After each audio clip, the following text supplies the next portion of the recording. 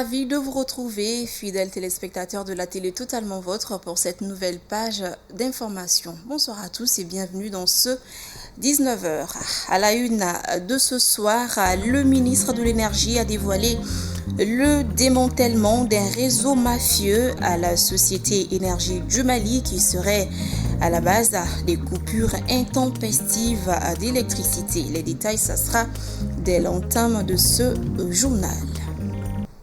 Le comité syndical de l'hôpital régional de Ségou, Nianankoro Fomba, réclame à la direction de l'hôpital 2 mois de prime de garde. Ils ont manifesté leur mécontentement ce mercredi en organisant un sit-in devant l'administration de l'hôpital.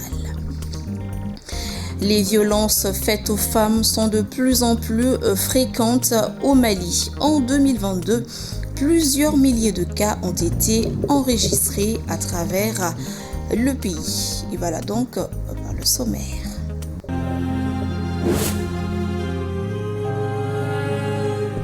Bienvenue si vous nous rejoignez. Le torchon semble totalement brûlé entre l'Énergie du Mali et son ministère de tutelle. Dans une interview mardi soir à la télévision nationale, Bintou Camara, ministre de l'Énergie, annonce avoir démantelé un réseau mafieux à l'EDM qui serait à la base des coupures intempestives depuis plusieurs semaines. Une situation qui impacte pratiquement tous les secteurs d'activité à Bamako et à l'intérieur du pays. En attendant d'avoir la version des syndicats qui tiennent une assemblée générale ce vendredi, je vous propose de suivre les explications avec Maliki Diallo et Gabriel Keita. Depuis plusieurs semaines, les affaires tournent au ralenti chez Youssouf Niameli, tailleur à Mayamgou. À cause des délestages intempestifs, certaines de ces machines ne fonctionnent plus. Les conséquences sont énormes sur ces activités. Oui, vous savez, cette situation-là nous met dans une situation très difficile. Là où nous sommes, aujourd'hui, j'ai des machines qui travaillent à l'électrique. Bon, depuis 6 heures, nous n'avons pas d'électricité et cela impacte beaucoup sur notre économie. Donc nous avons des difficultés aujourd'hui à pouvoir même payer le loyer avec les propriétaires de maisons. Donc si ça continue comme ça, c'est sûr, nous risquons d'aller en faillite parce que s'il n'y a pas d'électricité, le travail ne peut pas se faire correctement et nous n'arriverons pas certainement à joindre les deux bouts. 106 milliards de francs CFA, c'est la subvention que l'État a accordée à l'EDM entre janvier et septembre 2023. Malgré cet appui, l'Énergie du Mali peine à assurer la fourniture d'électricité à la population. Face à la dégradation de la situation, le ministère de tutelle a mené des enquêtes sur la gestion de la société. À la télévision nationale mardi, la ministre de l'Énergie affirme avoir démantelé un réseau mafieux qui détourne le carburant destiné aux centrales électriques. Maintenant, on a constaté quoi? C'est-à-dire que quand ces citernes-là arrivent, c'est enregistré au niveau de Balengue. Et souvent, quand on fait les dispatching, par exemple, pour aller, on met 2 citernes sur Dar Salam. En cours de route, il y a une citerne qui disparaît. Ou bien les 2 citernes disparaissent. Donc, ce sont ces manquants qu'on a constatés comme cela. Et ces manquants, nous, on les qualifie de vol. Et ces manquants sur 4 jours seulement, nous avons constaté qu'il y a 59 citernes, c'est le chiffre exact, qui ont disparu entre Balengue et les différentes centrales de Bamako. La ministre de l'Énergie annonce aussi et surtout la fin de l'impunité à l'EDM avec l'ouverture des actions judiciaires contre les fautifs et même ceux qui ne sont plus en poste. Les premières mesures, ça doit d'abord les sanctions. Parce que si quelqu'un faute à ce niveau, il faut quand même qu'il y ait une sanction derrière. Cette sanction, elle sera faite. Ça, c'est sûr. Mais maintenant, il faut également identifier tous les coupables qui sont dans cette chaîne-là. Que ceux qui sont actuellement présents à EDM, même ceux qui sont partis récemment, s'ils sont fautifs, il faut qu'ils soient interpellés pour répondre de leurs actes. Malgré les assurances des autorités, le bout du tunnel ne sera pas pour demain à cause de la dette colossale de plus de 600 milliards de francs CFA que l'EDM doit à ses créanciers. Ce vendredi, on aura droit à la version des faits des syndicats qui tiendront à l'occasion une assemblée générale suivie d'une conférence de presse. Après avoir appris sur les réseaux sociaux ce mercredi matin une publication du leader syndical Jimmy Kanté annonçant le report de toute intervention chirurgicale au CHU Gabriel Touré de Bamako à cause des coupures d'électricité. Notre équipe de reportage dirigée par Awa Sanogo s'est rendue au dit hôpital pour en savoir davantage sur cette situation. Et tout en reconnaissant le problème de l'électricité, le directeur général adjoint de l'hôpital Gabriel Touré, Moussa Salia Traoré, rassure que cela n'a jamais affecté les opérations programmées. En attendant d'avoir la version du syndicat, je vous propose ici de suivre les explications de M. Traoré. Présentement au Mali, les coupures d'électricité ne sont cachées des personnes. Et je pense que d'ailleurs les plus hautes autorités sont en train de travailler pour cela. Ce que je peux vous dire, à l'heure actuelle où je vous parle, il y a les malades au bloc opératoire qui sont en train d'être opérés. Alors, ce que je peux aussi dire de plus, c'est que le Gabriel Touré a une autonomie de 5 groupes électrogènes en dehors du réseau de l'EDM. Donc, ce qui veut dire qu'à chaque fois que nous avons une coupure d'électricité avec l'EDM, nous avons 5 groupes électrogènes qui prennent aussitôt les relais. Alors, pour qui connaît la capacité de l'hôpital, c'est que nous avons des services phares qui doivent être vraiment constamment servis en électricité. Et c'est ce qui a permis d'ailleurs de faire une répartition de ces différents services entre ces différents groupes. Ce qu'il faut signaler, ce matin, on a eu un petit souci avec un groupe qui alimente le bloc à froid en même temps que le bloc du bâtiment administratif. Donc c'est un souci qui n'a duré que quelques minutes et à notre grand étonnement, on a vu que effectivement les réseaux sociaux avaient commencé à dire déjà que voilà, les interventions chirurgicales avaient été reportées. Ce n'est pas du tout une réalité. Et comme je suis en train de vous le dire, à l'heure actuelle, les malades sont en train d'être opérés au bloc à froid. Et il faut aussi savoir que Gabriel Touré est un hôpital central et malheureusement qui n'est pas sur une ligne prioritaire de l'EDM. Donc ce qui fait que nous subissons des coupures d'électricité comme tous les autres. Bon, alors ce qu'il faut quand même préciser, c'est que ces derniers temps, les coupures sont de plus en plus longues. Et c'est ça qu'il faut préciser parce que nous avons des coupures qui peuvent aller suffisamment sur des heures et des heures. Et c'est ça qui va être difficile par rapport à la gestion quand même du carburant que nous mettons dans le groupe électrogène. Mais à l'instant, je peux vous rassurer que toutes les dispositions sont prises pour que vraiment de tels désagréments ne puissent pas nous gagner et que nous puissions continuer à œuvrer dans la bonne marche de l'hôpital et accomplir notre mission essentielle qui est vraiment de donner la santé à la population malienne. Et après donc ces affirmations de M. Traoré, nous avons joint le syndicaliste Jimmy Kanté et il maintient sa position. Il affirme que plusieurs opérations chirurgicales ont été bel et bien reportées, dont celle de l'un de ses patients. Il pourrait être une aide. EasyIt Power M, c'est le nom des nouvelles solutions innovantes d'énergie solaire et hybride pour l'alimentation en énergie des domiciles, des petites et moyennes entreprises, des industries et des villes. Issu de la collaboration entre le groupe Yahweh Digital Power et l'Envol Technologie SA, la réalisation de ce projet permettra, selon les concepteurs, d'augmenter l'accès à l'électricité dans les villes et les campagnes au Mali, tout en renforçant le programme d'économie de l'énergie à l'EDM SA. Un compte rendu signé Bakary MCDB.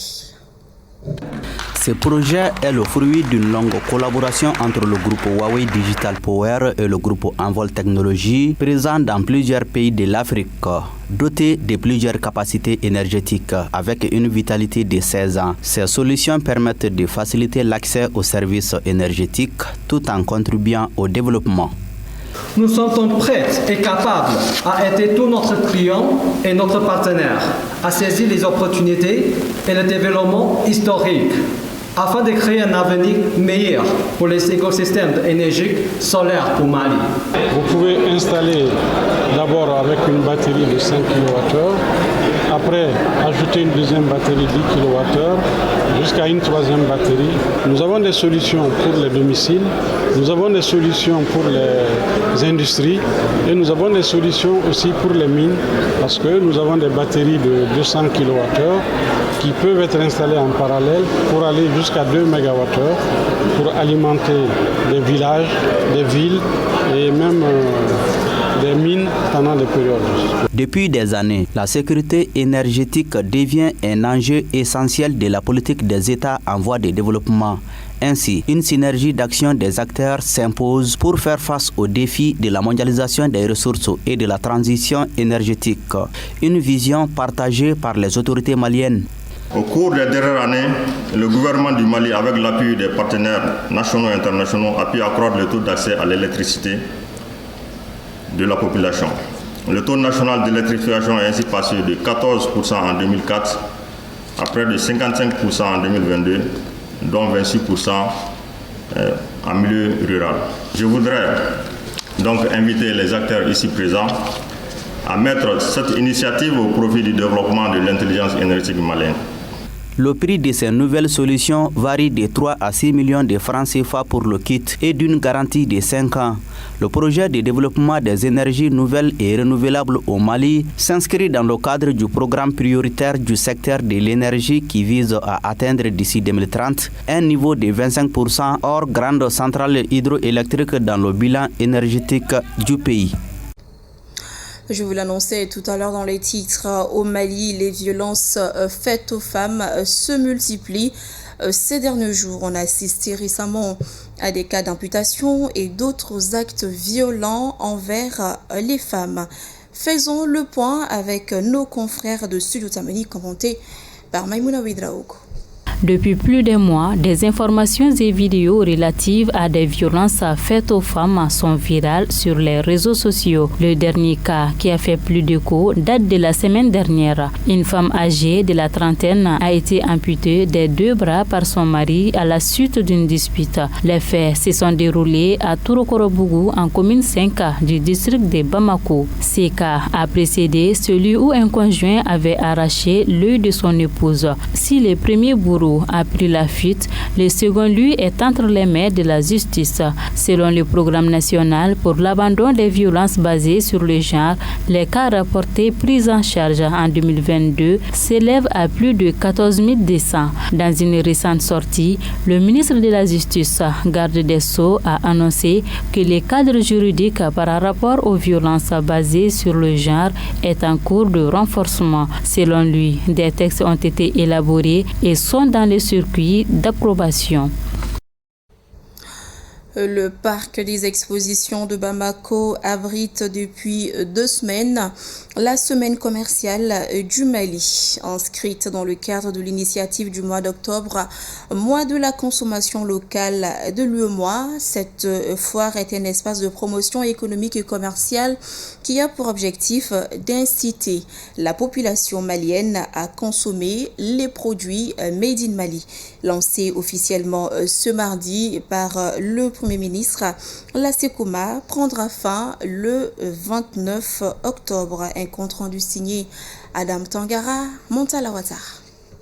Composé de commerçants, d'artisans, d'industriels et de prestataires de services, un millier d'exposants participent à cette première édition de la semaine commerciale du Mali, SECOMA. Venus du Mali et d'autres pays étrangers comme le Sénégal, le Niger, le Togo ou encore le Bénin, les participants à la SECOMA exposent une gamme de produits aux visiteurs. Fofi Industrie, une entreprise malienne spécialisée dans la fabrication d'équipements de maison, est présente à cette foire. Nous sommes venus exposer notre maisonnette,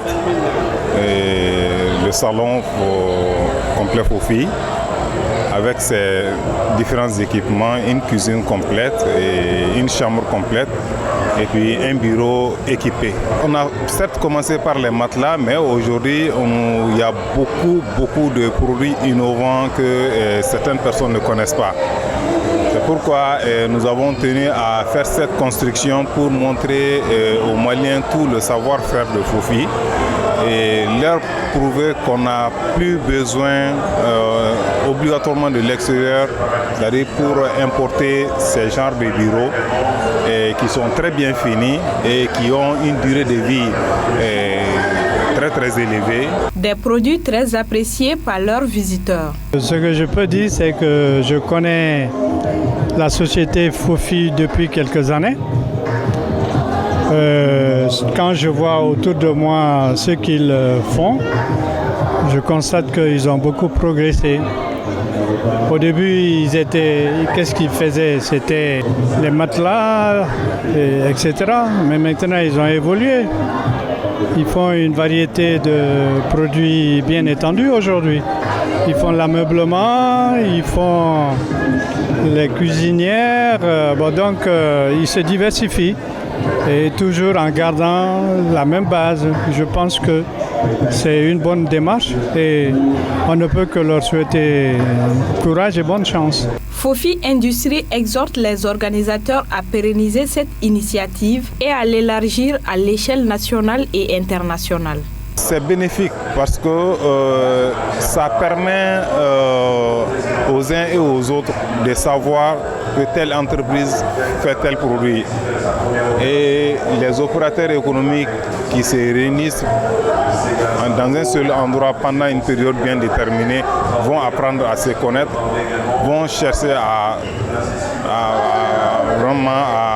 collaborer avec le B2B pour faire des partenariats et ça doit être pérennisé. Je pense que nous souhaitons que vraiment la stabilité et puis la paix puisse revenir par surtout l'ensemble du territoire du Mali pour qu'on puisse vraiment étendre ça sur tout le territoire, pourquoi pas dans l'international. Le Premier ministre a tenu à rappeler à la population malienne que consommer les produits made in Mali, c'est participer au développement du pays.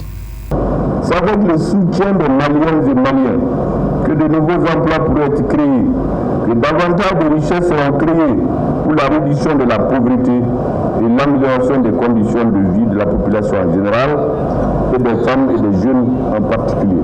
Nous devons surtout retenir tous qu'aucun développement économique n'est possible dans un pays si la population ne soutient pas son secteur privé, son outil de production et les produits locaux. À noter que cette foire qui se tient au parc des expositions de Bamako se poursuivra jusqu'au 29 octobre 2023.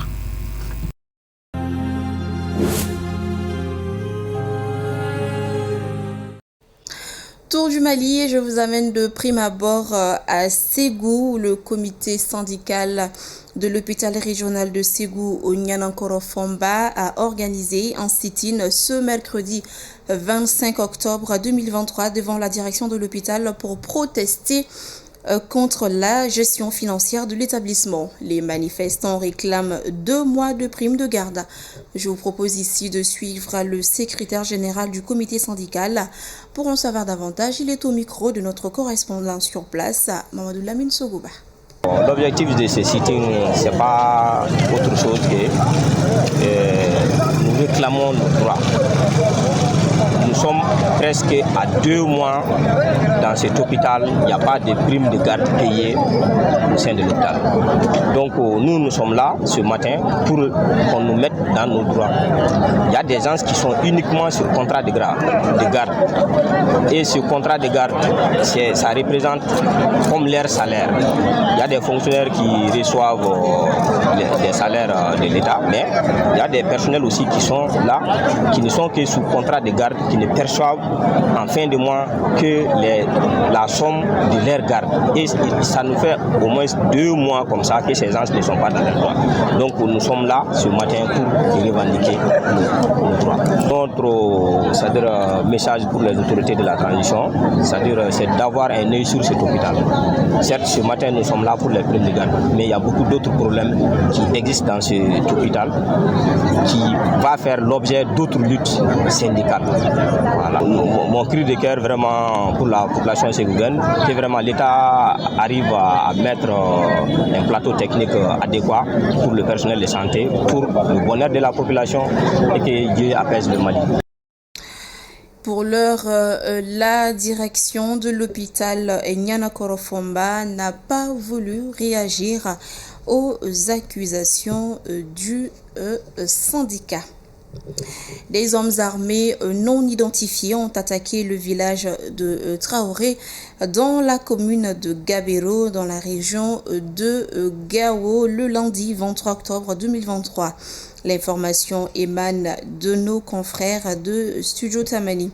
Des témoins indiquent que des boutiques ont été vandalisées et incendiées. Les mêmes témoins rapportent, selon bien sûr Studio Tamani, qu'une personne a perdu la vie au cours de l'attaque. Plusieurs personnes ont déjà quitté le village pour échapper aux bandits armés, nous affirment les mêmes sources. Sikasso, à présent, une vingtaine de villages de la commune rurale de Kaboïla vient d'être certifiés pour la fin de l'édification à l'air libre. Classé premier sur plus d'une vingtaine de communautés déclenchées pour le statut fédal, c'est le village de Fasselibougou qui a abrité ce mardi 24 octobre la cérémonie. Cet événement rentre dans le cadre des activités de l'assainissement total pilotées par les communautés. Une initiative de la DRACEPEN de Sikasso avec l'accompagnement financier de l'UNICEF. Idrissa Diallo. C'est une vingtaine de villages qui vient d'être certifiés FEDAL lors de cette cérémonie ici à Fasselibougou par la DRACEPEN de Sikasso et d'autres acteurs de l'assainissement. Ce programme, à travers ses nombreuses interventions en matière d'ATPC, a sans nul doute donné un coup d'accélérateur au passage à l'échelle de l'assainissement total piloté par la communauté, ATPC, dans la commune rurale de Kaboïla. L'ATPC contribue beaucoup au changement de comportement des populations et à l'amélioration du taux d'accès des ménages à latrines. Il suscite ainsi une action collective visant à mettre fin à la défécation à l'air libre par la construction, la réhabilitation de latrines équipées de dispositifs de lave-mains par la communauté sans subvention extérieure. L'objectif général de cette activité initiée par la DRACEPEN de Sikasso avec l'appui financier de l'UNICEF est la promotion de bonnes pratiques d'hygiène et d'assainissement à travers la certification des communautés et leur maintien au statut fédal afin d'améliorer les conditions de vie des bénéficiaires. D'où la satisfaction des autorités et partenaires.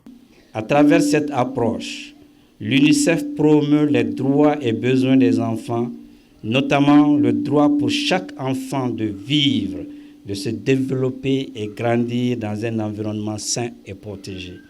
Nous sommes heureux d'avoir contribué au passage à l'échelle de l'ATPC en soutenant sa mise en œuvre dans plus de 2000 villages en partenariat avec la DNCPN et d'autres partenaires bien sûr nationaux et internationaux.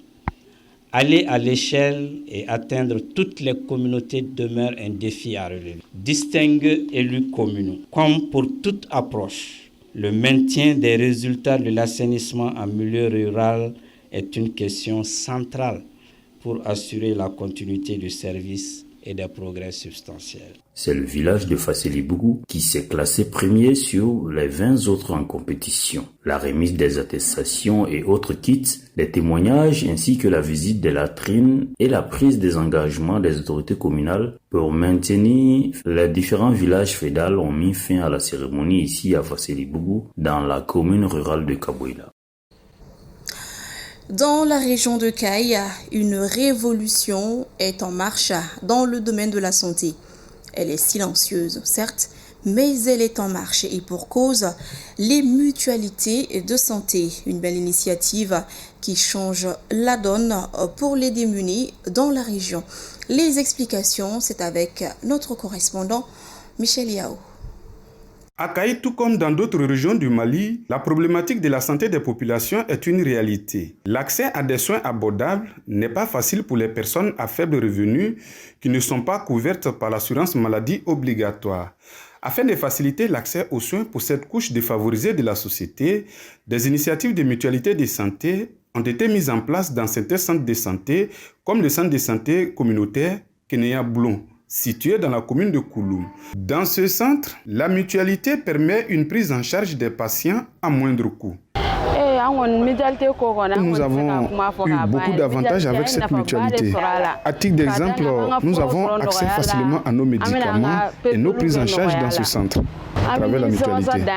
Nous sommes vraiment satisfaits de la prestation de la mutualité car nous ne rencontrons aucune difficulté. Je voudrais profiter pour lancer un appel aux autres. Avant notre entrée à la mutualité, nous avons rencontré beaucoup de problèmes. Mais depuis que nous nous sommes inscrits à la mutualité, tout est devenu moins cher pour nous et à notre portée. Tous les membres de notre famille bénéficient de ça. Les responsables de ces centres communautaires ont expliqué les raisons qui ont motivé la mise en place d'une mutualité de santé ainsi que les difficultés rencontrées et les perspectives pour améliorer les soins pour les couches vulnérables. Ce centre de santé Michel Kenya Blon aujourd'hui joue un rôle important dans la prise en charge des mutualistes. C'est pour cette raison que nous avons projeté, nous avons penché sur les perspectives de développement. Parmi ces perspectives, nous avons aujourd'hui une unité d'ophtalmologie qui est fonctionnelle, une unité d'odontostomatologie et des blocs opératoires qui sont déjà en cours, qui sont déjà en fin de travaux, bientôt qui seront disponibles pour renforcer davantage notre capacité à faciliter vraiment la prise en charge de nos patients mutualistes. La difficulté rencontrée ici dans notre centre de santé Kenya Blon est surtout le retard de paiement de nos prestations mutualistes. Afin de mieux comprendre l'apport et l'impact de la mutualité en faveur des plus démunis, nous avons consulté les statistiques des 2 dernières années du centre. Donc d'octobre 2021 jusqu'en septembre 2023, nous avons recensé plus de 2613 patients mutualistes qui représentent environ 40% de nos consultations. Nous sommes quand même prêts à mener ce élan, sinon aller plus loin.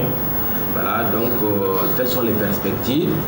En vue des nombreux défis de santé auxquels le gouvernement malien est confronté, pour assurer une meilleure couverture sanitaire des populations du Mali, il est impératif d'adopter une approche efficace dans la mise en place du régime de l'assurance maladie universelle. La mutualité déjà c'est une réponse, c'est une alternative à l'assurance maladie obligatoire. Aujourd'hui, si on veut réellement aller vers la couverture maladie universelle, il va falloir que l'État accompagne les assurances maladie volontaires pour permettre à ce qu'on ait une large couverture universelle. Donc, la place des mutuelles est très importante dans ce dispositif de la MUL. Et surtout dans sa mise en œuvre, moi je pense que les mutualités, les structures mutuelles seront des structures indispensables pour la mise en œuvre de la MUL. La mutualité de santé à Kenya Blon ne se limite pas à la prestation de services médicaux, elle apporte également un regain d'espoir à une communauté en difficulté financière et joue un rôle dans la construction d'un avenir sain et équitable pour tous. Et voilà, ce journal est terminé. Merci à tous ceux qui ont contribué à sa réalisation. Un grand merci à vous de l'avoir suivi. On se retrouve demain, même heure, même chaîne, pour de nouvelles informations. Bonsoir à tous ceux qui nous suivent à Kaï et principalement à Kassou. À demain.